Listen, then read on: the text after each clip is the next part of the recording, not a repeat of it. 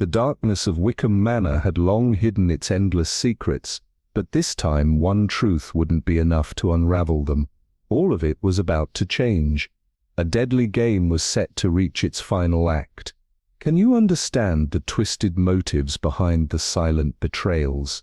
Do you have the courage to face the chilling reality that's finally coming to light? What once was buried deep is now being uncovered.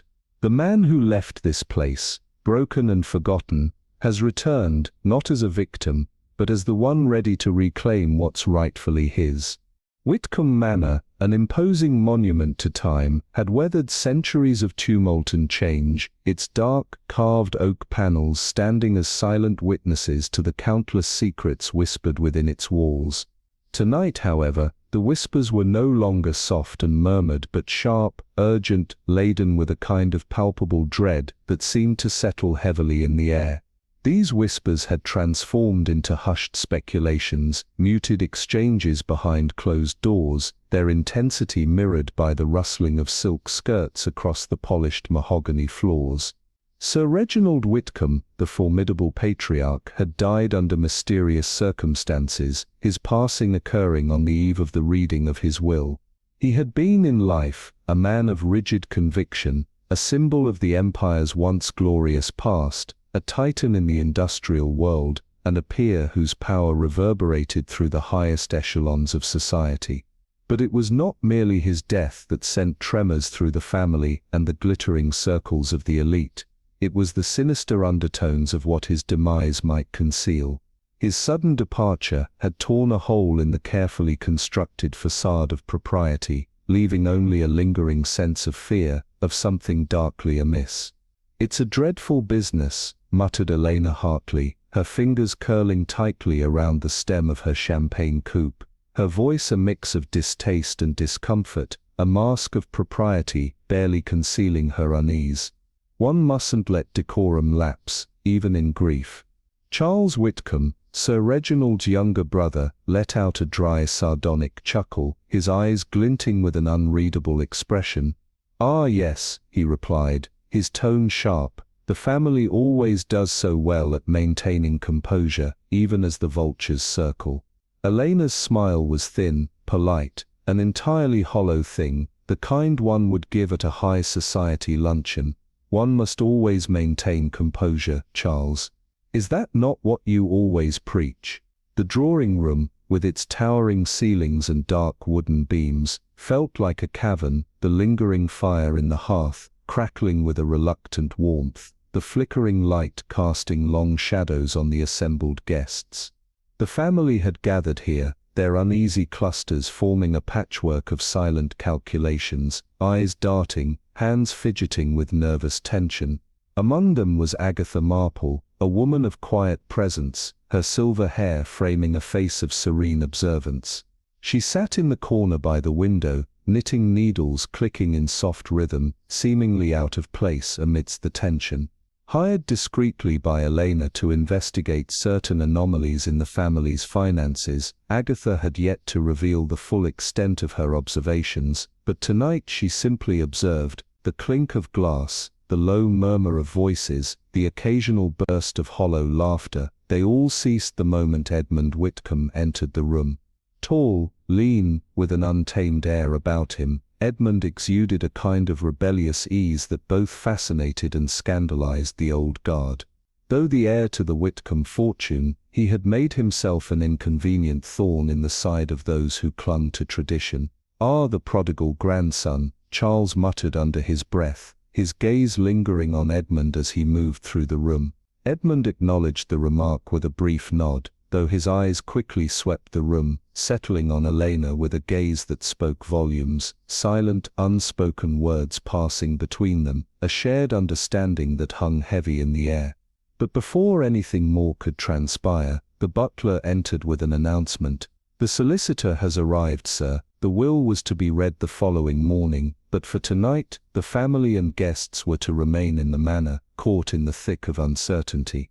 When morning came, however, Edmund Whitcomb was nowhere to be found. A mystery had begun. Agatha Marple, ever the early riser, was already seated in the breakfast room the next morning, her poised demeanor betraying no hint of the storm that was about to break. She spread marmalade on her toast with measured calm as the household stirred with whispers of alarm. "Something's happened," came the cold, clipped voice of Elena as she appeared in the doorway.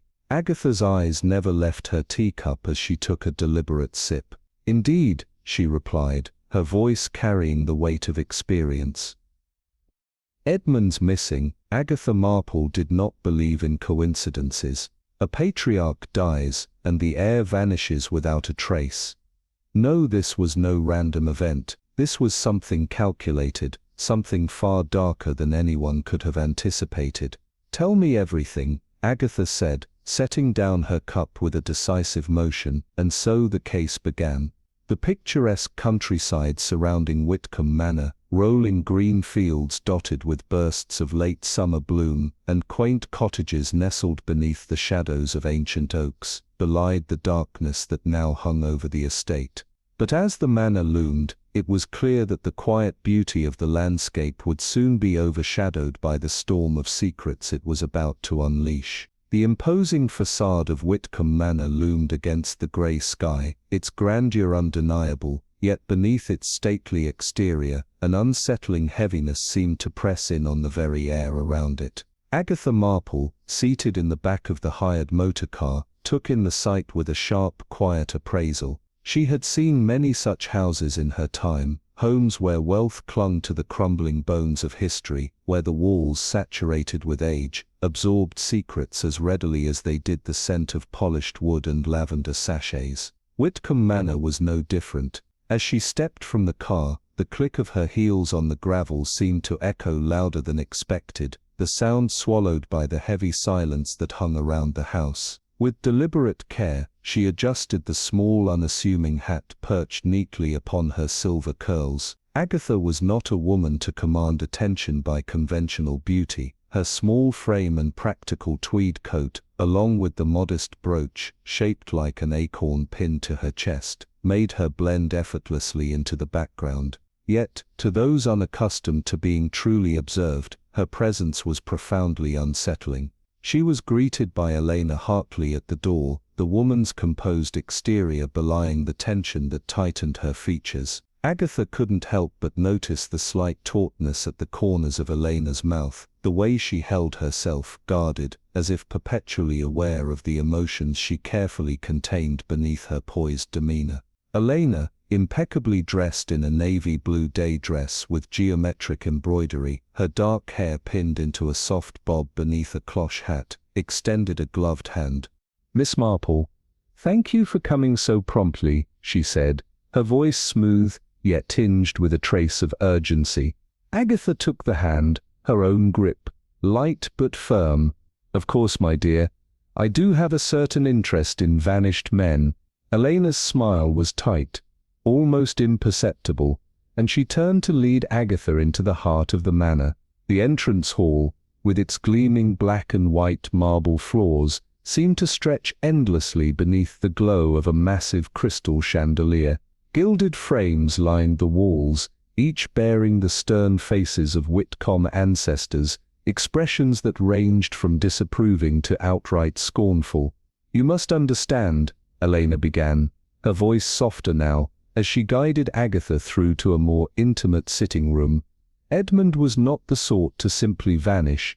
Agatha sank into the armchair, her handbag resting in her lap with deliberate precision.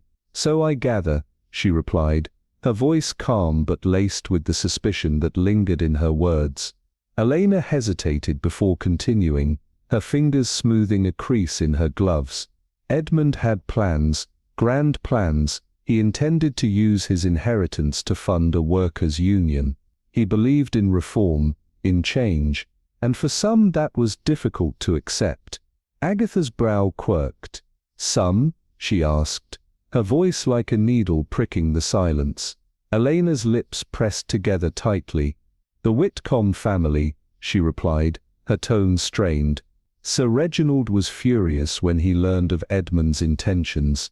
The idea of his fortune being used to dismantle the very industry that had made it was an ultimate betrayal." Agatha's knitting needles clicked together as her fingers moved with practiced ease, and yet her gaze never wavered from Elena.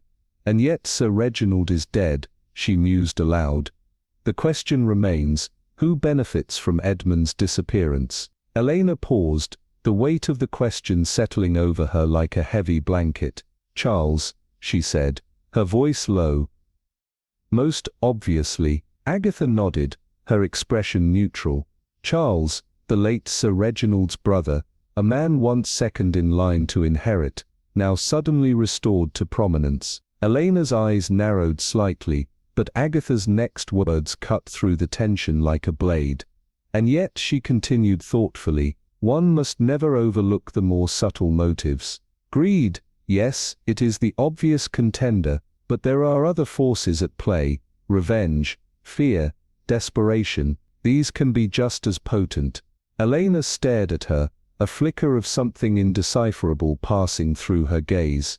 You think it wasn't just about money? She asked, her voice barely above a whisper. Agatha smiled faintly, a smile that held no warmth but a quiet knowing. In my experience, Elena, she said softly, the truth is rarely as simple as money. The words hung in the air between them, thick with the weight of unspoken possibilities. And so the game had begun. The rooms where Edmund had slept were far humbler than one might expect of a Whitcomb heir. They were tucked away at the end of a long, dimly lit corridor, a quiet, almost forgotten corner of the grand manor. As Elena Hartley gently pushed the door open, its old hinges creaked in protest, and Agatha Marple stepped inside, her sharp eyes immediately scanning the room with quiet precision. A bookshelf lined one wall, its contents meticulously arranged: philosophy, economics, a few dog-eared novels, each title hinting at the young man's intellectual pursuits. The desk, too, seemed to embody Edmund's orderly nature: neatly stacked papers, a half-burned candle in a brass holder, a walking cane leaning against the wall, all lending an air of restrained routine. But it was the bed that drew Agatha's attention. A suitcase lay half-packed beside it, its contents strewn carelessly, as though someone had been in the process of leaving, but had been interrupted.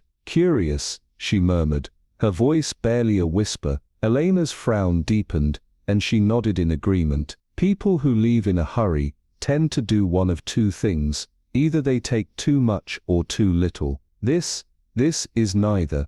Agatha picked up a neatly folded shirt, turning it over in her hands with deliberate care. It's as if he meant to leave but something stopped him, she remarked, her voice laced with suspicion. Elena swallowed hard, her gaze flicking nervously to the scattered belongings. You think he was taken, or perhaps convinced to leave? Agatha didn't answer immediately. She moved toward the desk, running a fingertip lightly over a sheath of notes, her mind racing. Tell me, Miss Hartley, she asked, glancing up briefly, did Edmund have any confidants outside the family, people who might have known of his plans? Elena hesitated, clearly wrestling with her thoughts before she spoke, her voice tight with the weight of her words. He spoke often with Margaret Lane.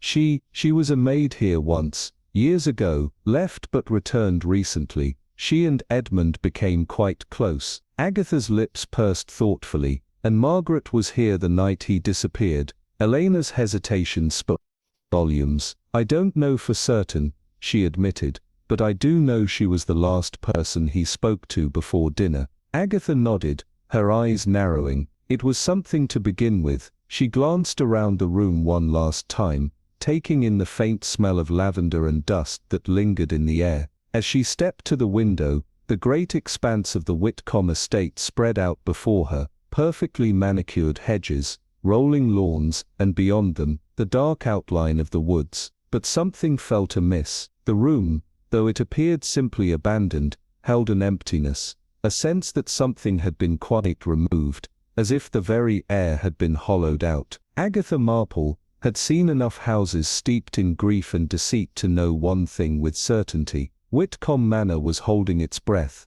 and sooner or later it would have to exhale. The morning light poured through the leaded windows of the grand hall, bathing the space in a golden glow that did little to soften the heavy tension hanging in the air. The weight of unspoken words clung to every corner, as though the house itself was a repository of secrets long buried beneath layers of history. Agatha sat primly in a high-backed chair, her knitting needles clicking softly. In truth, she had little interest in the craft this morning, but she had long since discovered that people revealed far more in the presence of a woman who appeared absorbed in something entirely trivial, and in that moment, the Whitcomb family was talking, more than they knew. "A house fractured, Miss Marple," Charles Whitcomb declared with a smug chuckle, swirling his morning brandy with practiced ease. The boy ran away, always had a taste for theatrics, thought he could set the world to rights with pamphlets and speeches. Utter nonsense. He was a solid man,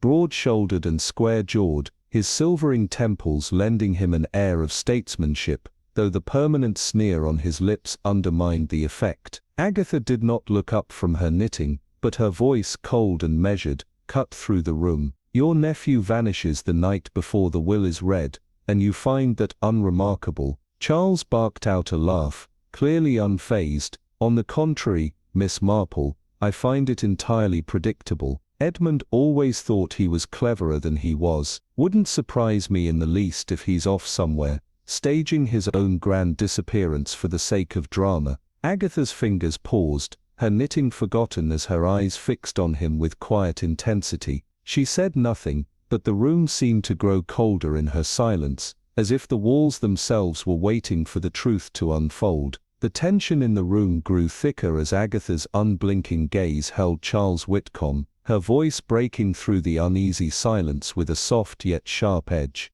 "So, you're unconcerned by this delay?" she asked, her words calculated, almost like a challenge. Charles, with the faintest flick of irritation, set his glass down with a sharp clink, the sound echoing like a forewarning. "Not at all," he replied, his voice smooth, but there was a coldness to it that did little to mask the discomfort beneath. "The will shall be read in due course. If Edmund has removed himself from the matter, well," he spread his hands in a theatrical gesture, "the law is clear in such cases." Agatha's lips barely curved upward in acknowledgement, her eyes never leaving his face. She knew the law all too well, and she also knew that Charles was banking on Edmund's absence to seize what was rightfully not his. She sensed the calculation behind his words, the way his fingers drummed absently against the armrest, a nervous habit betraying his facade of nonchalance. No, Charles Whitcomb was not indifferent. His disdain for Edmund ran deeper than a mere rivalry. It was rooted in something more venomous, a long-simmering resentment that spoke of old wounds and deep familial rifts. Agatha filed this observation away, knowing it would lead her to something significant. Later that afternoon, as Agatha wandered the east wing of Whitcomb Manor, taking in the grandeur of the forgotten halls and the heavy silence that weighed on the estate, she found herself intercepted by Mrs. Henshaw, the housekeeper. The woman, known for her unyielding composure and steely demeanor, approached Agatha with a furtive glance over her shoulder. "Miss Marple," she whispered, her voice carrying a strange urgency that piqued Agatha's interest. Without hesitation, Agatha followed the housekeeper down a narrow corridor to a small, seldom-used sitting room, the door closing with a soft click behind them. Agatha remained standing, her expression calm, giving Mrs. Henshaw the space to speak. The housekeeper's hands twisted together, a clear sign of her distress. "I hope you'll forgive me, Miss Marple," Mrs. Henshaw began, her voice laced with uncertainty, "but there are things in this house that ought to be said." Agatha said nothing, only waiting, her sharp eyes never leaving the woman before her. The air in the room was thick with unspoken secrets. Finally, Mrs. Henshaw's voice dropped, barely a whisper, as she leaned closer. "It's about Miss Margaret." Agatha's interest sharpened.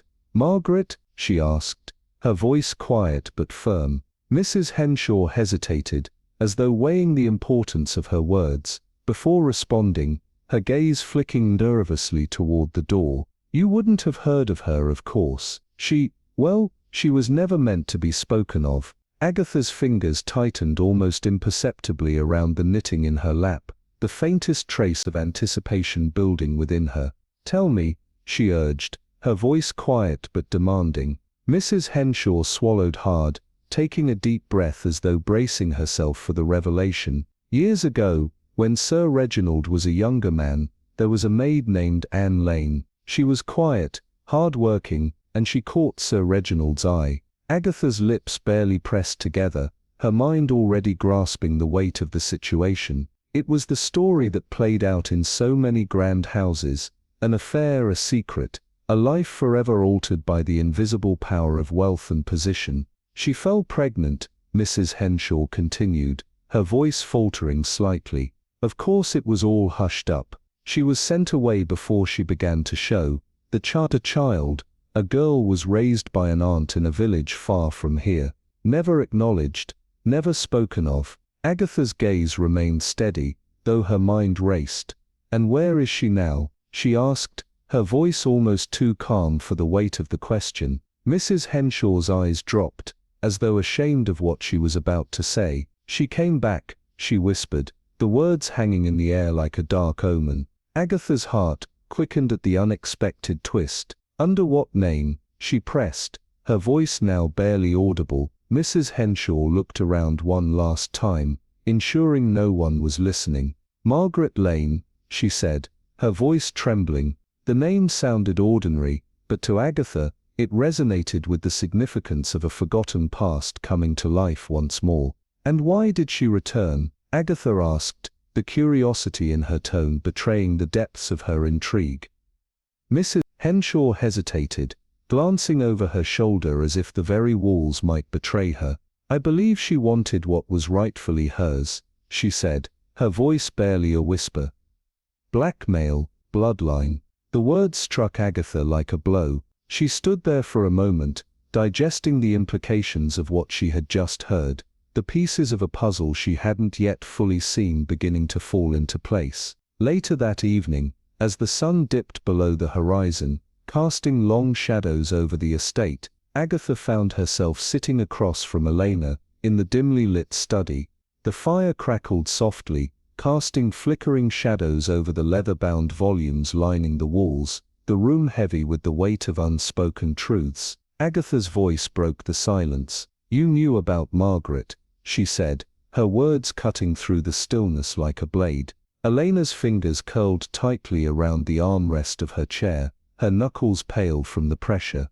"Yes," she admitted, her voice barely above a whisper. "For how long?" Agatha pressed, her eyes never leaving Elena's face. "Months," Elena replied, her breath catching in her throat. "Edmund found out first. He told me. He felt responsible for her, in a way." Agatha's mind raced, her fingers unconsciously tightening around her knitting needles. "Did she ask him for money?" she inquired, her voice soft but insistent. Elena's gaze flickered away, her lips trembling as she struggled to find the right words.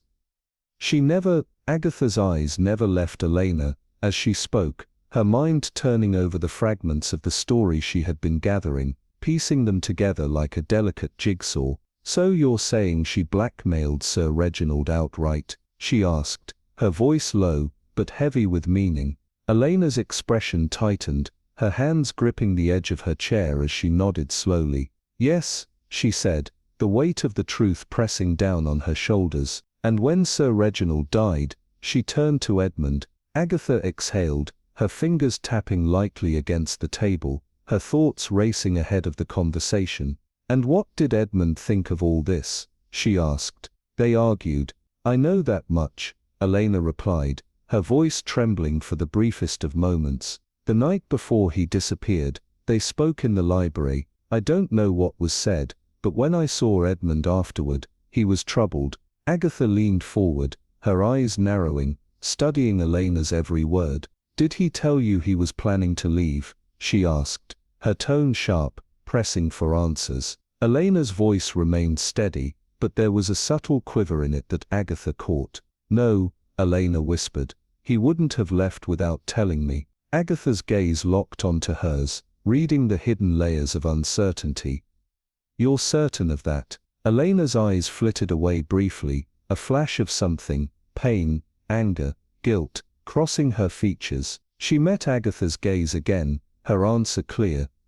Yes, that night, Agatha retired to her room, her mind abuzz with the tangled threads she had unraveled. Charles Whitcomb was the one who stood to gain the most from Edmund's disappearance, but there was something else lurking in the shadows, something older, more insidious than mere greed. Margaret Lane had been erased from the family's history, a phantom of the past, and now she had returned, seeking what? Recognition? Revenge? The haunting question lingered as Agatha lay in bed, the soft whisper of the wind outside rattling the window pane.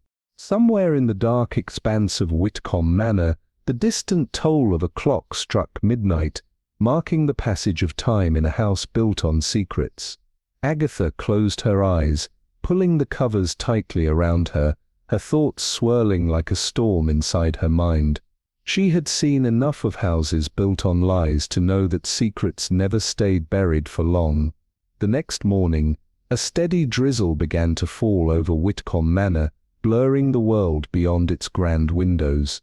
Inside, the air was thick with the oppressive weight of silence and unspoken tension. The house seemed to exhale a collective breath, as though it too were holding secrets too dangerous to reveal. At the breakfast table, Charles Whitcomb sat with the air of a man who had regained his footing, his voice oozing with an air of superiority. A forgery, obviously, he declared, setting his coffee cup down with an emphatic clink. The notion that my brother would leave a single penny to that woman. He caught himself, his expression quickly rearranging itself into something more controlled. To Miss Lane, preposterous. Elena sat across from him, poised and still, her hands neatly folded on the tablecloth. She hadn't said much since the will had been brought up, but Agatha, watching quietly from her usual vantage point, noted the subtle tightening of her fingers whenever Charles spoke. A small, almost imperceptible gesture, but one that spoke volumes. Agatha stirred her tea, her gaze drifting lazily over to the butler, Harrison, who was laying out the Morning Post with his usual competence. But then, just for a fraction of a second, his hands hesitated over one of the letters, a barely noticeable pause that spoke more than words ever could. Agatha's mind sharpened, her senses heightened. Interesting, she returned her attention to Charles. The will, she began, her voice calm, yet laced with an underlying curiosity. Where was it found? Charles, his posture perfect, smoothed his waistcoat and replied, "In my late brother's study, among a pile of papers that I assure you were entirely disorganized." The faintest twist of his mouth suggested that the very idea of disorder offended him. "I found it myself." Agatha nodded thoughtfully, but her gaze never wavered from him. "And you, of course, would know your brother's handwriting well." Charles hesitated, his confident facade faltering for just a beat. "Yes," he said, but his voice was thin with uncertainty. "Well enough." Agatha took a slow sip of her tea, the warmth of the liquid a contrast to the cool steel of her thoughts. "And yet you believe this to be false?" she asked, her tone careful, probing. Charles frowned, his irritation growing as he tried to maintain control. "Absolutely," he declared. Agatha's lips curled slightly, her gaze still locked onto his. "Curious then," she mused aloud, "that it was found at all." Charles's frown deepened, his eyes narrowing in frustration. "What do you mean?" he demanded, a touch of defensive annoyance creeping into his voice. Agatha set her teacup down with deliberate slowness, her fingers brushing lightly against the rim. "I mean," she said softly, "that it was found in a disorganized pile of papers, in a study that your brother used frequently. And yet, somehow, it's the one document that has made it through the years, untouched, undisturbed." She raised an eyebrow, letting her words hang in the air like a challenge. "Doesn't that strike you as a little convenient?" The room seemed to hold its breath, the weight of her words sinking into the silence between them. Agatha's gaze remained steady as she lowered her cup carefully, her fingers lingering on the porcelain. "If one were to forge a document, Mr. Whitcomb," she said quietly, her voice smooth but sharp with intent. One would generally wish for it to be discovered.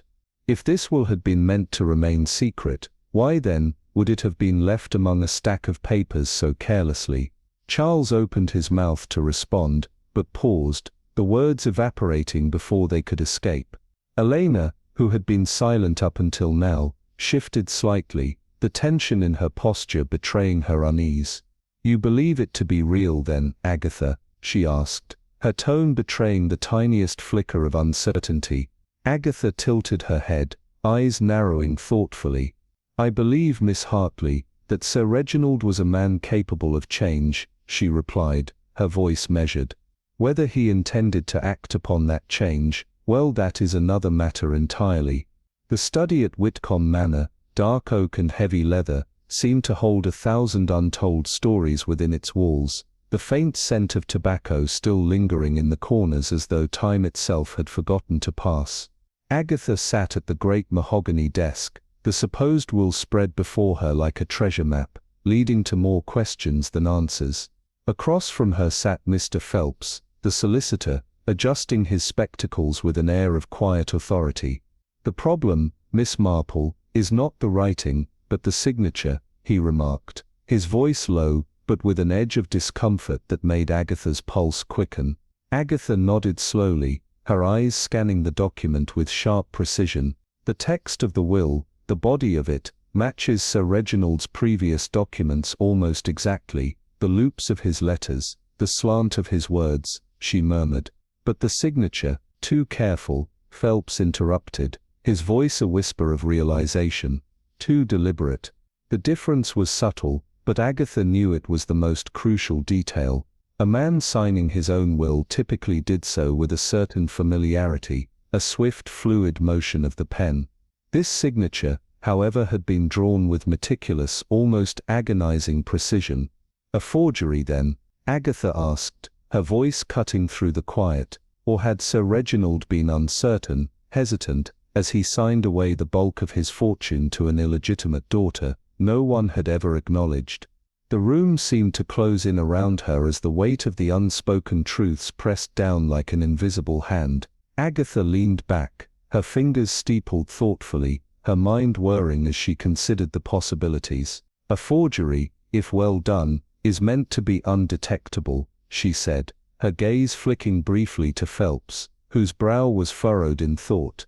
"And yet, this signature stands out. It does not belong." Phelps looked at her, a flicker of doubt in his eyes. "You suggest it was meant to be questioned?" Agatha's lips quirked in a faint, knowing smile. "I suggest, Mr. Phelps, that whoever produced this document did not expect it to go unchallenged." She paused, letting the implications of her words settle between them. Loyalties and lies, they never go unnoticed, do they? Later that evening, as the fire crackled softly in the drawing room, Agatha found herself alone with Elena. The silence between them was thick, heavy with the weight of words unsaid.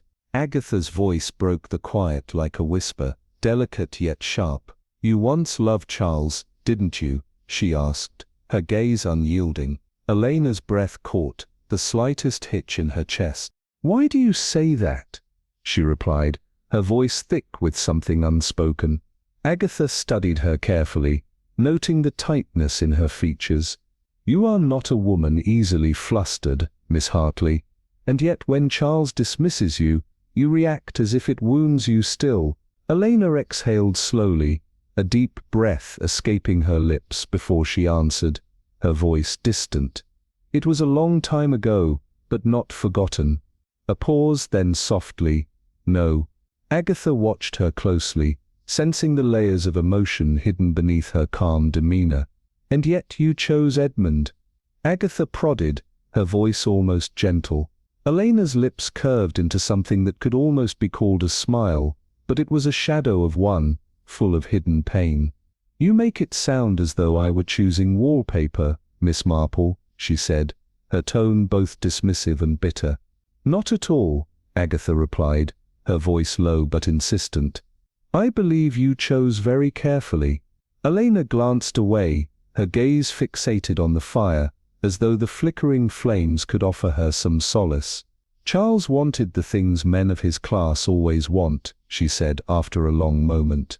Power, stability. A wife who knew her place. She hesitated, her voice thickening with emotion. And Edmund? Edmund wanted change. Agatha nodded, her fingers lightly tapping against the arm of her chair as she let the words sink in. And which did you want? She asked quietly, her eyes searching Elena's face. Elena turned her gaze back to her, her dark eyes unreadable, but the flicker of something, perhaps a trace of longing, was visible beneath the surface. Both, she replied, her voice soft but resolute. It was near midnight when Agatha found herself alone again in the study, running her fingers along the spines of the books lining the shelves, her mind restless. Something did not sit right. The will had been planted to be found, that much was clear. But why forge a document only to invite suspicion? She turned back to the desk, her eyes falling on an old plotter that had been carelessly left among the other papers. The pages, thick with years of impressions, caught the dim light of the single candle burning nearby. Agatha held it up, squinting against the shadows, and there, faint beneath layers of ink, she saw it, an entirely different signature, one not of Sir Reginald's but of someone else entirely. Agatha's breath caught as she traced the unfamiliar name with her finger, the revelation sending a chill down her spine. What had Sir Reginald truly signed away, and to whom? The answers were beginning to reveal themselves, and Agatha knew they would lead to more than she had bargained for. The threads were tangled, but she was getting closer to the heart of the mystery, and she would not stop until it was uncovered. The will, once thought to be a relic of Sir Reginald's final wishes, now revealed its true nature, bearing a name that sent a shiver through Agatha's spine, Edmund Whitcomb. The estate, not to Margaret Lane, as was assumed, but to Edmund, the man whose disappearance had sparked whispers of a socialist conspiracy. Agatha Marple's lips curved into a faint, knowing smile, her mind now racing with the implications of this discovery. At last she was on the right path. The great estate of Whitcomb Manor, imposing and grand in the light of day, had a different, more sinister air in the depths of the night. The high ceilings seemed to draw the shadows closer, the ancient tapestries on the walls whispered with the ghosts of the past, and the house itself, like a living thing, seemed to breathe restlessly, as though it were waiting. Agatha, however, had always been fond of such atmospheres. They had a way of forcing the truth to the surface, and she was more than willing to wait. She was seated now in the library, the soft golden glow of a single lamp casting flickering light over the vast collection of books that seemed to contain every secret the manor had ever held. A pile of newspaper clippings and documents lay before her, their significance becoming clearer with each passing moment. Edmund Whitcomb, a man of modern ideals, rumored to be tangled in radical socialist movements, had vanished just as his inheritance should have been his. The perfect scandal, the perfect reason for his disappearance to be attributed to any number of nefarious causes, kidnapping, coercion, or worse. But Agatha wasn't one for perfect explanations. She picked up one of the clippings detailing a factory strike in Manchester. One Edmund had supported vocally, and another spoke of a fund for workers' welfare, which Agatha now suspected was the real reason behind Sir Reginald's fury. The notion of a socialist kidnapping, planted like a seed in the minds of the village gossip-mongers, was a smokescreen. No, someone wanted them to believe it, but the truth lay elsewhere. That afternoon, Agatha ventured beyond the manor's walls, ordering a modest tea at a disreputable little establishment on the outskirts of Whitcomb. It was a place where the townspeople gathered, gossip flowing freely with every passing moment. Terrible business, a man was saying at the next table. Young Edmund, mixed up in all that labor nonsense. Bound to get himself in trouble, reckon they took him, don't you? That lot up in London, another chimed in, always saying they'll make an example of aristocrats who turn traitor. Agatha stirred her tea absent-mindedly, her voice mild but laced with an edge. Oh indeed, she murmured, just loud enough to be heard. Most tragic, really. Though I do wonder, if such dangerous men had taken poor Mr. Whitcomb, Why is it that no demands have been made? A silence fell over the room. The men shifted uncomfortably, glancing at one another, unsure of how to respond. Agatha continued in her soft, unassuming tone, "Kidnappers, you see, generally like to announce themselves." A beat of silence. Then one of the men, his voice unsure, spoke up. "Suppose that is strange." Agatha's eyes gleamed with quiet certainty. "Very strange," she agreed, her voice almost conspiratorial, almost as if someone wanted you all to believe he was taken, rather than simply missing. She left the inn soon after, her tea untouched, but her suspicions confirmed. The socialist plot had been carefully planted, and that meant someone inside Whitcomb Manor had a vested interest in misdirection. Agatha's next encounter was with Margaret Lane, a woman of no illusions, no trust in anyone. Margaret had returned to Whitcomb, under an assumed name, carrying nothing but the weight of a past erased by those who had never allowed her to acknowledge it. She had expected hostility, even suspicion, but she had not expected Agatha Marple. "Forgive me," Margaret said stiffly, as they stood in the dimly lit hallway outside the servant quarters. Her arms were crossed, and her posture was guarded, as if she were ready to flee at any moment. "But I fail to see why you believe we have common interests." Agatha studied her quietly. Margaret wasn't driven by greed, that much was clear. Her anger, though palpable, was not the result of betrayal, it was the anger of someone who had been erased from history, forgotten by those who should have remembered. It was the kind of anger that came from a lifetime of knowing one had been silenced. Agatha's voice, though gentle, carried the weight of a woman who had seen too many secrets to be easily fooled. "I believe, Miss Lane," she said softly, "that you are looking for something." Margaret's eyes narrowed, but she did not interrupt. Agatha continued, her gaze unwavering. "Not just recognition, not just revenge, but something deeper. A reckoning for the life you were never allowed to live." The words hung in the air between them, thick with unspoken truths. Margaret's lips parted, but she said nothing, her face a mask of indecipherable emotion. Agatha, however, knew. She had always known. The game was changing, and she was ready to follow wherever it led. The room was thick with tension, and Margaret's lips tightened as she stood frozen, grappling with the weight of Agatha's words. "More than just an inheritance," Agatha said gently, her voice almost a whisper. "You wanted recognition, a place at the table." Margaret stiffened, her expression unreadable. Before she replied, "A name." The word was heavy, full of meaning that hung in the air between them. Agatha took a slow, deliberate step closer, her gaze unwavering. "And what if I told you Sir Reginald felt the same?" she asked softly. Margaret's response was a bitter laugh. "You expect me to believe that? The man who never once acknowledged me, not in 35 years. The words stung, and Agatha, undeterred, reached into her handbag, producing a small leather-bound journal, its cover worn with age. Margaret's eyes flickered to it warily. "What is that?" she asked, her voice a mix of suspicion and curiosity. Agatha's expression remained steady. "Your father's," she replied, the words as final as a verdict. Margaret hesitated, the color draining from her face as she took the journal into her hands. "You're lying." "I rarely do," Agatha said calmly, pressing the journal further into Margaret's grasp.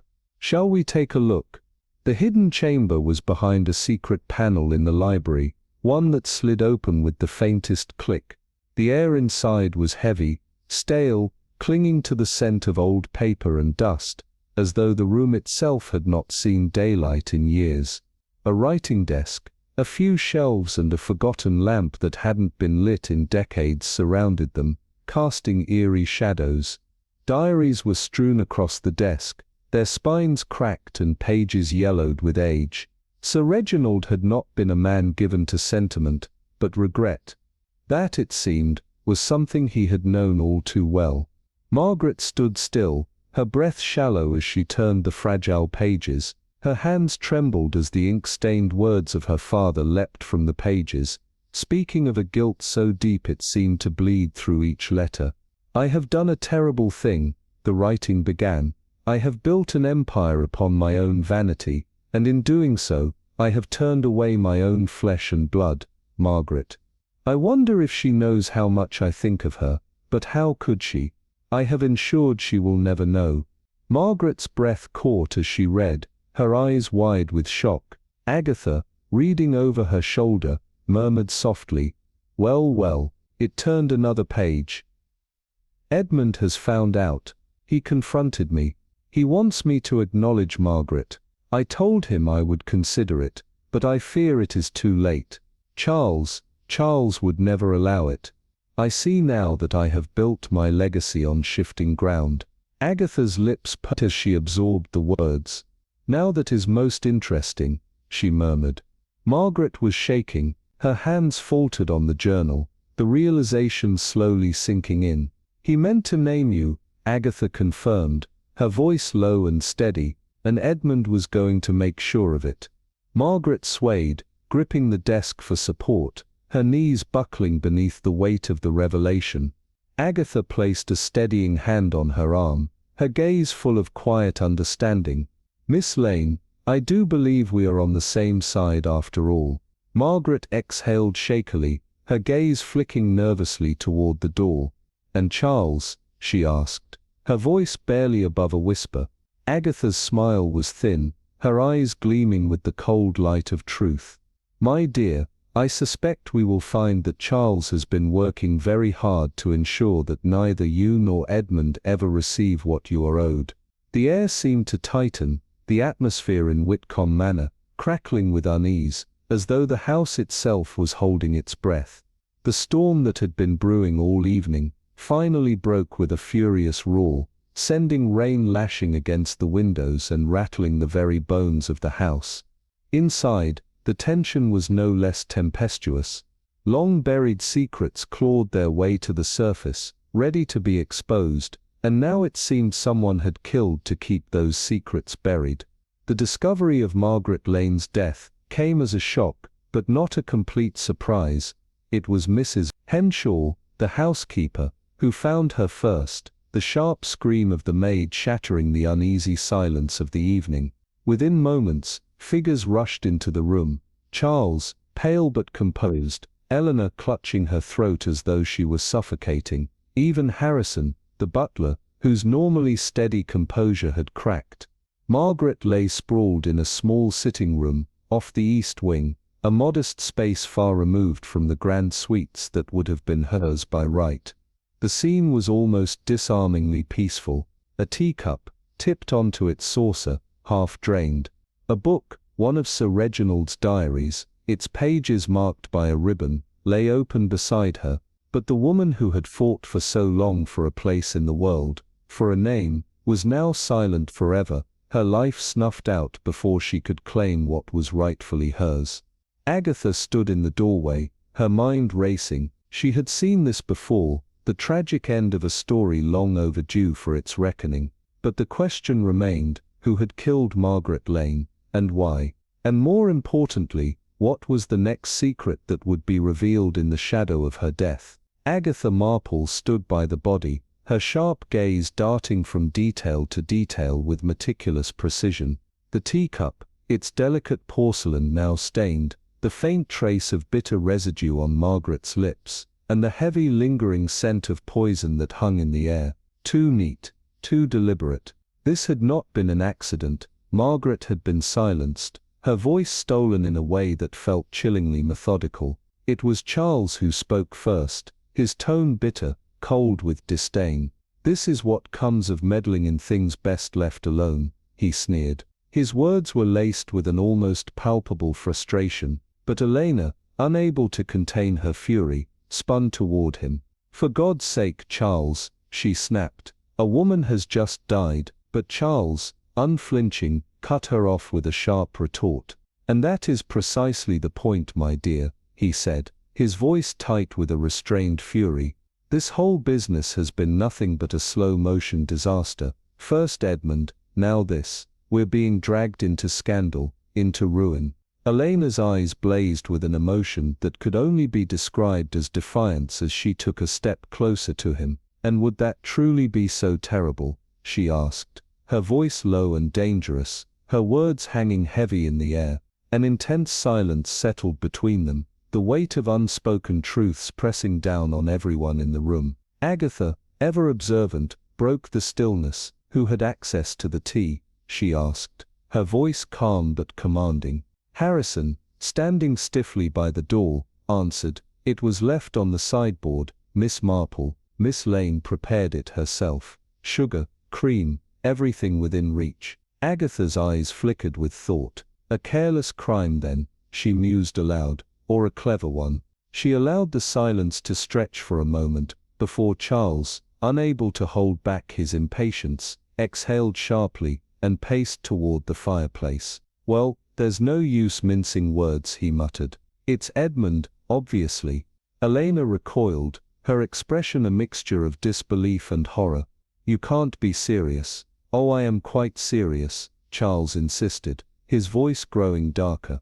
"Think about it, Elena. Margaret was the one person who could confirm Edmund's inheritance, his rightful place in all of this. Perhaps he thought she was a liability, or perhaps they quarreled. Either way, the facts remain." Agatha watched Elena closely, her eyes narrowing as the flicker of uncertainty flashed in Elena's gaze.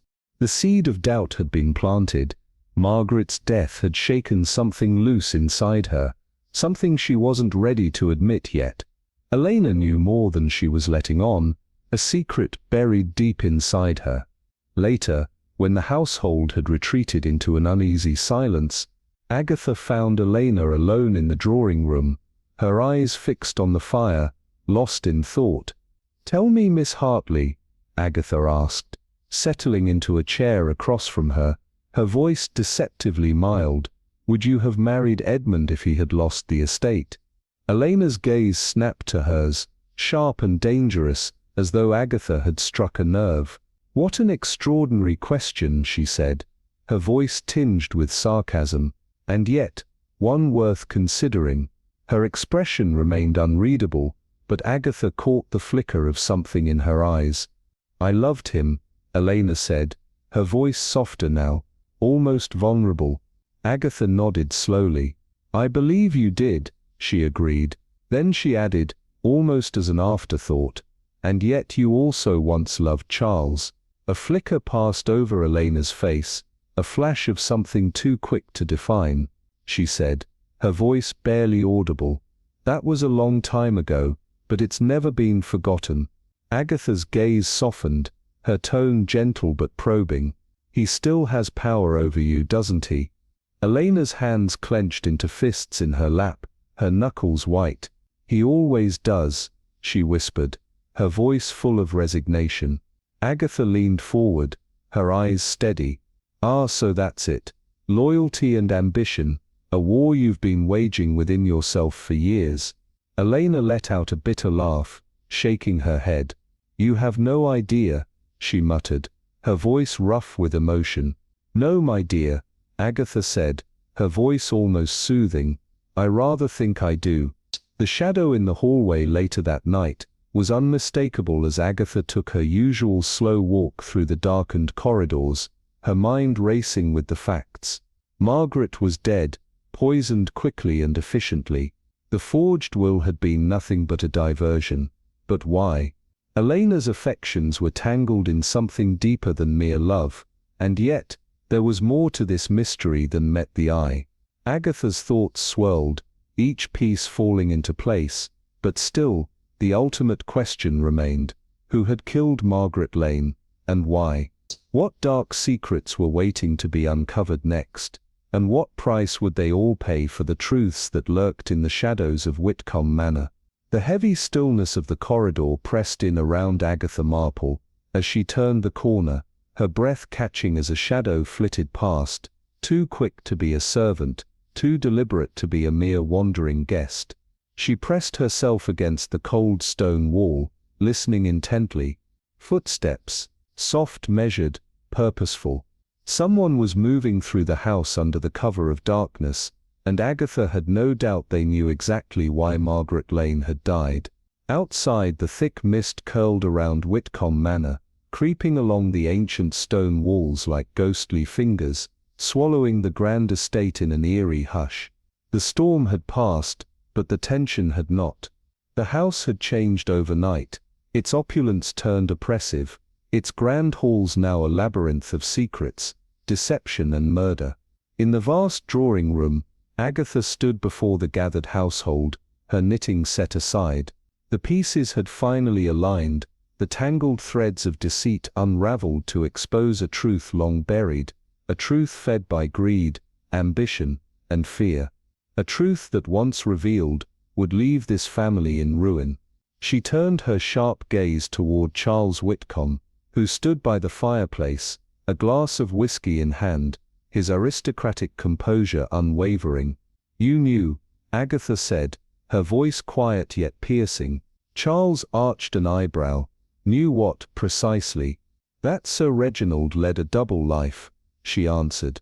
"That in a modest home beyond the hills, he had a wife, children, an entire family hidden from the world." A deafening silence gripped the room.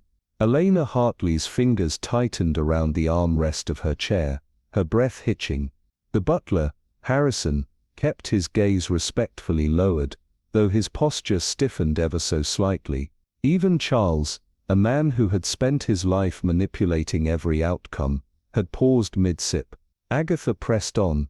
"It was never about Margaret, was it?" She glanced at the others, her voice slicing through the silence. The supposed forged will naming Margaret as heir was nothing more than a carefully placed misdirection. The true threat to Charles Whitcomb was the risk that Sir Reginald's secret family might come to light. A slow knowing smile spread across Charles's face. "Miss Marple, you do enjoy a bit of drama." Agatha tilted her head, eyes cold and unwavering. "Or is it simply that your carefully managed world is unraveling before your eyes?" A flicker of something, anger perhaps fear, passed over Charles's face, but he quickly concealed it behind his usual mask of control. "It must have been devastating when you learned the truth," Agatha continued. "That Sir Reginald's rightful heir was neither Edmund nor Margaret." She paused, letting the weight of her words settle. "It was a child from his second family." Elena let out a soft gasp. Charles remained still, but Agatha could sense the tension humming beneath his composed exterior. "That," she said evenly, "is why you orchestrated all of this, the deception, the murder of Margaret. And of course," she added, letting the final blow land, the disappearance of Edmund." A slow clap broke the silence. All eyes turned toward Elena, who leaned back in her chair, a wry smile curling at her lips. "Very well done, Miss Marple," the betrayer revealed. Elena Hartley, the woman who had played her role so perfectly, a figure of modern ideals, a suffragette, a progressive thinker, and yet, ultimately, a woman who had mastered the art of deception. For years she had lived in a world that never truly accepted her, forced to play a part. But what had she done to survive? And how deep did the betrayal truly run? Agatha's sharp mind whirred. There were still pieces left to place, secrets still lurking in the shadows. The truth had begun to emerge. It was far from over. Somewhere in the vast brooding halls of Whitcomb Manor, the real danger remained, watching, waiting for the right moment to strike again. The silence in the drawing room was suffocating, thick with unspoken truths, and the weight of long-buried betrayals. Agatha Marple's gaze remained fixed on Elena Hartley, watching every flicker of emotion play across her carefully composed face. "I suspected you knew," Agatha said, her voice measured, deliberate. "You were never merely a pawn in Charles's game, were you? You were his partner." A slow knowing smile curved Elena's lips as she swirled the brandy in her glass, her movements deliberate, unfazed. "Oh, Miss Marple," she murmured, amusement threading through her voice. "You do have a flair for the dramatic. And yet," Agatha continued, undeterred, "I suspect that your goals and Charles's were not entirely aligned." She tilted her head, studying Elena carefully. "You had your own ambitions, didn't you? You wanted to reshape Whitcomb Manor into something new, a symbol of modernity, a stronghold for progressive ideals. A spark of something, pride perhaps, flashed in Elena's eyes. She inclined her head, ever so slightly. Guilty as charged, she admitted. And why not? The old world is dying, Miss Marple. These grand houses, these bloodlines, they mean nothing anymore. Her voice darkened, her fingers tightening around the glass. I simply meant to ensure that something useful came of it. Useful, Agatha echoed, the word laced with quiet scrutiny. By aligning yourself with Charles, you hope to manipulate the outcome. But I wonder, did you ever truly trust him? Elena's lips parted slightly, the question hanging in the air between them. Before she could answer, a soft chuckle drifted from across the room. I never intended to share power with her, Miss Marple. Charles Whitcomb interjected smoothly. His mask of civility had begun to slip, revealing something sharper beneath. He turned his gaze toward Elena, his smile almost indulgent. My dear, you are quite the idealistic fool. Elena's head snapped toward him, her composure fracturing ever so slightly. Agatha seized the moment. You see, Elena believed she was shaping the future, she said, her voice unwavering. But Charles, he was ensuring that Whitcomb Manor remained exactly as it was, under his control, under the rule of the old world. She turned to Elena, her voice sharp. You were never his equal, you were merely a means to an end. Elena's face hardened, her grip on the glass tightening. You bastard, she whispered, the words laced with bitter realization. Charles took a slow sip of his whiskey, utterly unbothered. Do spare me your righteous fury, Elena, he said, almost lazily. You wanted Edmund gone just as much as I did. A sharp silence fell over the room. The moment stretched, and in that stillness, something shifted in Elena's expression, anger giving way to realization. You, her voice faltered. You never meant for me to succeed. Charles smiled. You were useful, my dear. But now, he shrugged. Rather inconvenient. The final betrayal. The air crackled with tension. Agatha let the moment settle before she spoke again, her voice quiet but unyielding. And that, Mr. Whitcomb, she said, is your greatest mistake. Charles turned toward her, amusement flickering in his eyes. Ugh, Agatha held his gaze. You underestimated one very important thing. He raised an eyebrow. And what is that? Agatha reached into her handbag, withdrawing a letter, its edges worn, its contents damning. Edmund's confession, she said, holding it up. Or rather his last letter to Elena, before he disappeared. The room collectively inhaled, the weight of her words crashing over them. In it she continued. He details everything, his knowledge of Sir Reginald's second family, his intention to expose it, and most importantly, she let the words hang, then delivered the final blow. His suspicion that you had already begun moving against him. For the first time, Charles stilled. Agatha pressed forward, relentless. You see, Mr. Whitcomb, you are not nearly as clever as you believe yourself to be. The moment you forged that will, the moment you silenced Margaret, you set yourself on a path that could only end one way. A pause, with you exposed for the murderer you are. The room erupted. Elena lunged towards Charles, but Harrison, ever the composed butler, stepped forward, his steady hand restraining her. Charles's face darkened. He moved, as if to leave, but it was too late. The door swung open. 2 policemen stood at the threshold. Charles Whitcomb, one of them announced, stepping forward. You are under arrest for the murder of Margaret Lane and the disappearance of Edmund Whitcomb. And for the first time, Charles Whitcomb looked truly afraid. The morning air was thick with the scent of damp earth and fading leaves, the last remnants of the storm still clinging to the landscape. Whitcomb Manor loomed in the distance, its once proud silhouette standing against the mist-draped hills, a monument to generations of power, deception, and blood-stained secrets. As the carriage rolled to a stop before the grand estate, Edmund Whitcomb hesitated, his breath clouding in the crisp air. This house had been his birthright, his prison, and nearly his grave. But now, After years of exile and whispered accusations, he had returned, not as a fugitive, not as a broken man, but as something else entirely, a man with unfinished business. Beside him, Agatha Marple studied him carefully, her knitting needles clicking softly, the only sound in the expectant silence. "You hesitate," she observed mildly. "I would be a fool not to." Edmund murmured, his voice steady, but shadowed with something deeper.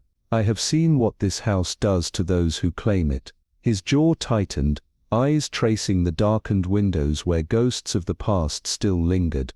"I won't let it claim me." Agatha gave a small nod, as if she had expected this. "One cannot run from history forever, Mr. Whitcomb. Sooner or later, it demands its due." Edmund exhaled, then with a slow measured step, crossed the threshold into the house where his past awaited. The grand hall was hushed, dust motes swirling in the thin shafts of morning light. Shadows stretched long against the marble floor, remnants of the night's storm still streaking the high-paned windows in ghostly smears. The air was thick with the echoes of what had transpired. Charles Whitcomb, dragged away in irons, his carefully spun web of deceit unraveled at last. Margaret Lane, silenced before she could reveal the truth. And Elena Hartley, left to face the consequences of her own misguided ambitions. But Edmund's return was not the final chapter in their story. There was one last reckoning to be had. In the drawing room, a handful of waiting figures stirred as he entered.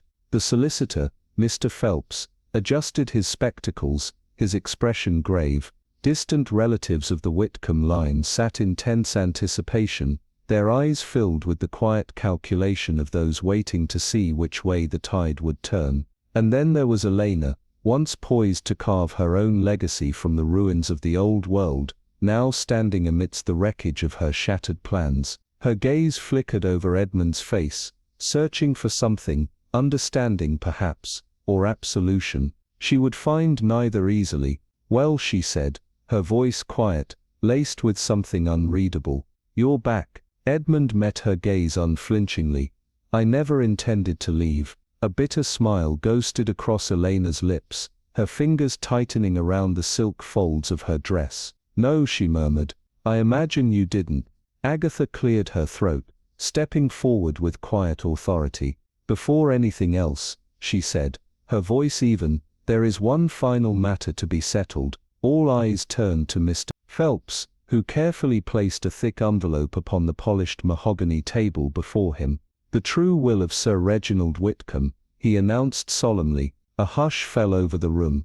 The weight of those words pressed down on them all. Elena's expression darkened. "So it was real," she said, barely above a whisper. "Yes," Phelps confirmed. "And it names Edmund Whitcomb as the sole heir to the estate." A slow silence stretched between them. No one spoke.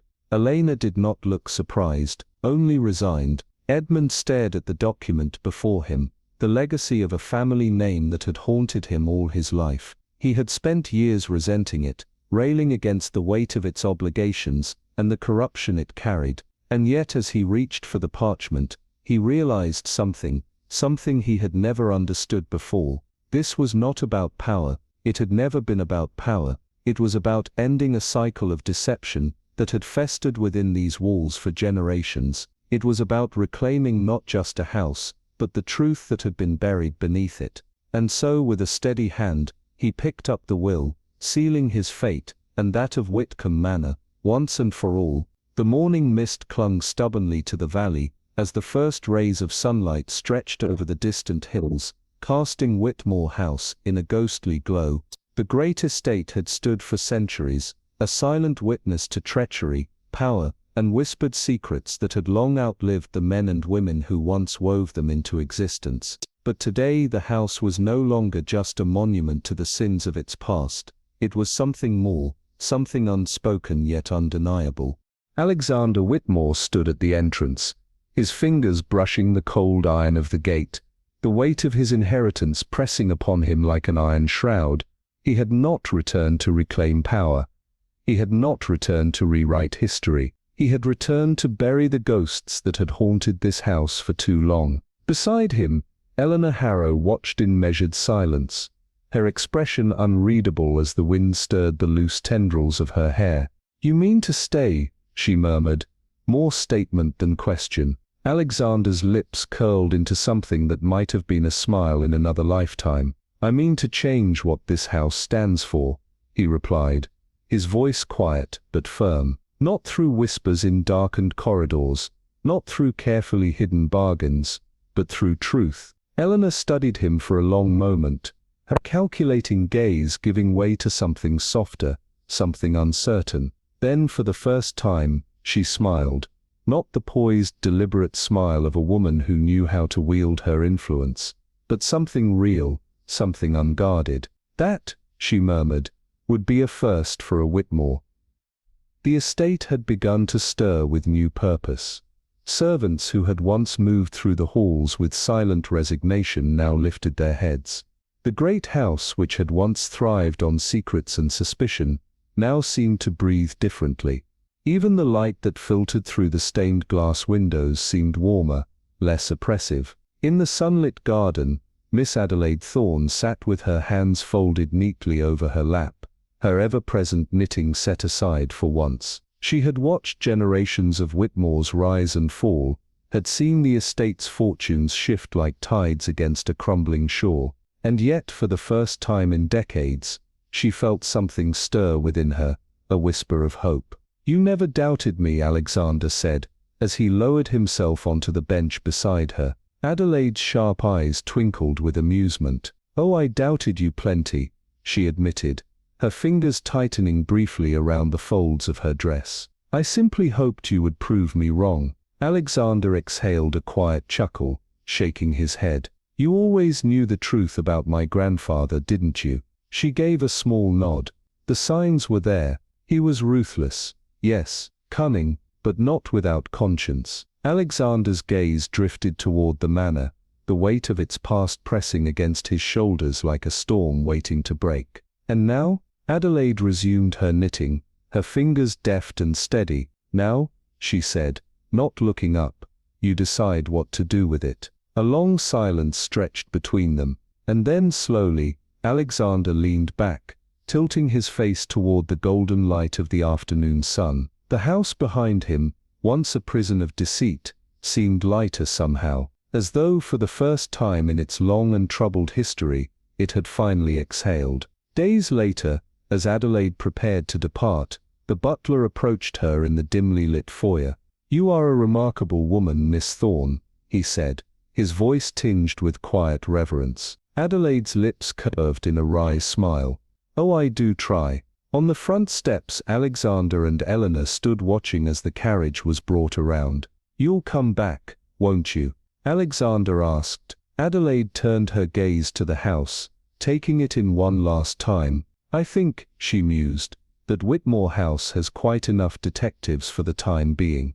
The carriage door closed with a soft click, the engine rumbling to life. As she drove away, the estate stood tall behind her, not as a relic of its past, but as a place where the past had been reckoned with, where deception had fallen, and where, against all odds, a new legacy had begun. The mist had long since burned away, leaving the estate bathed in golden autumn light. For the first time in years, the house no longer felt like a tomb for the sins of its past. It was something else entirely now, a place where change had arrived. Alexander Whitmore stood at the threshold, watching as the gathered tenants and staff lingered on the lawn, waiting.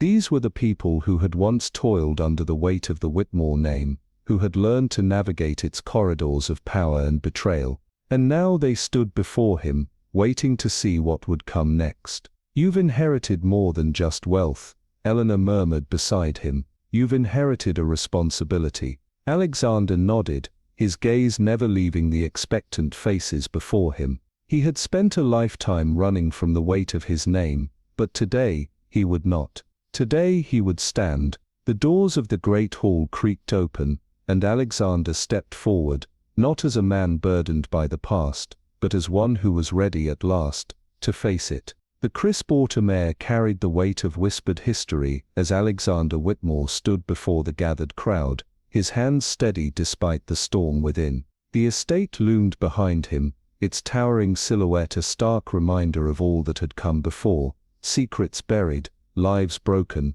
power wielded like a blade. He exhaled, lifting his gaze to meet theirs. These were the people who had toiled under his family's name, some with loyalty, others with silent resentment, and now they stood before him, waiting to see if he was merely another Whitmore draped in hollow words. At the edge of the gathering, Eleanor Harrow watched with arms crossed, her expression unreadable. Irony, Alexander murmured, a flicker of something close to amusement in his tone, though his gaze remained sharp.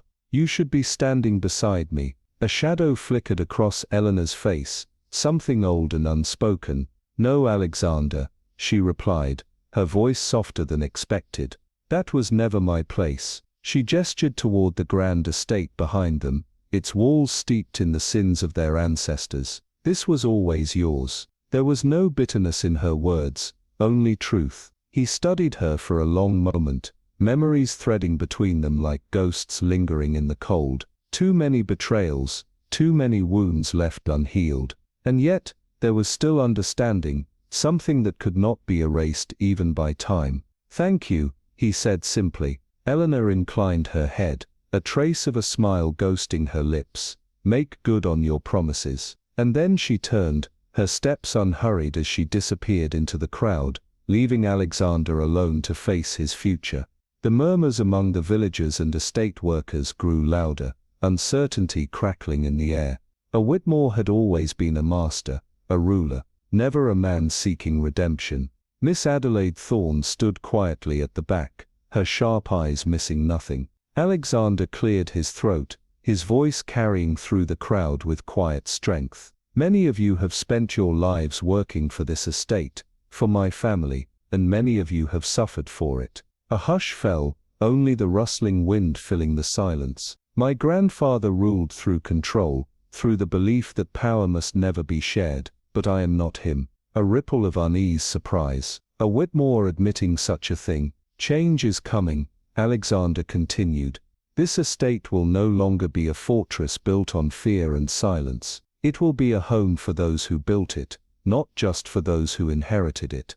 A few gasps, skeptical chuckles, a promise so foreign it bordered on impossible, but he pressed on. "A worker's trust will be established. The factory hands, the farm laborers, the house staff, you will have a voice. Your conditions will not just be improved, they will be made just." He paused, scanning the crowd, his gaze settling on a woman standing near the back. Two children clung to her skirts, their wide eyes fixed on him. He knew who she was before he even spoke, and more than that, he let the words settle, let the weight of them sink into the bones of those listening. "All of my family will be acknowledged." The murmurs turned to stunned silence. The woman's lips parted, disbelief flashing in her eyes. Around her, villagers whispered in hushed urgency. The unspoken truth had finally been spoken aloud. The Whitmores had always been masters of silence, of erasing what did not serve them. But Alexander had done the one thing his ancestors never had. He had faced the truth, and now there was no turning back. The crowd slowly began to disperse, shifting like leaves caught in a sudden gust. But Adelaide lingered, falling into step beside Alexander as they wandered through the garden. The scent of damp earth and dying leaves clung to the air, a fitting backdrop for the transformation unfolding around them. "You handled that well," she remarked, her tone even. Alexander smirked. "You sound surprised." She arched a brow, glancing up at him. "Not at all. I always believed you had it in you." A pause, the distant murmur of voices filling the silence. "Though," she added, "I did wonder if you would take the easier road." Alexander exhaled, his fingers brushing absently against the wrought iron railing lining the path. "For years, I hated this place. Hated what it stood for." His voice was quieter now, more raw, but now, I see it for what it is. Adelaide watched him for a moment before nodding. "And what is that?" He turned his gaze toward the house, the sun catching the stained glass windows, illuminating them in fractured color. "A story unfinished," he murmured. "And this time, I intend to write the ending. The wind shifted, carrying the scent of autumn through the garden, and for the first time in generations, Whitmore House did not feel like a tomb. It felt like something new, something waiting to begin. The towering silhouette of Blackthorn Estate loomed beneath the weight of centuries, its stone walls whispering of power, betrayal, and secrets buried deep beneath its foundations. As Nathaniel Blackwood stood on the grand terrace, staring out over the gathered tenants and laborers, the cold autumn wind carried the scent of damp earth and burning leaves, an omen perhaps of what was to come. Across from him, Miss Adelaide Hawthorne watched with quiet scrutiny, her expression unreadable yet knowing. "It was never the estate itself that was corrupt," she murmured, her sharp gaze sweeping over the vast land that had long been ruled with an iron grip. "It was the hands that wielded its power." Nathaniel's jaw tightened, the weight of generations pressing against his shoulders. He had returned not to inherit, but to dismantle, to strip away the decay that had festered within these walls for too long. He turned to Adelaide, his voice measured. "Redemption isn't found in erasing the past," he admitted. "It's in understanding it, owning it." A flicker of something approval, perhaps, crossed Adelaide's face. "Precisely," she said. "But words are easy, Mr. Blackwood. It's action that will define you." The crowd shifted below, murmurs of uncertainty rustling through them like dry leaves. For too long the Blackwood name had been synonymous with control, with oppression disguised as duty. Now, Nathaniel stood on the precipice of something different, something dangerous. "The Blackwood name has long been a symbol of power," he addressed them, his voice steady despite the uncertainty curdling in his chest. "But I will not rule as my ancestors did." A ripple of tension spread through the assembly, cautious eyes fixed upon him. "The lands, the factories, the homes you've built with your hands, they do not belong to me alone. They belong to those who have suffered for them."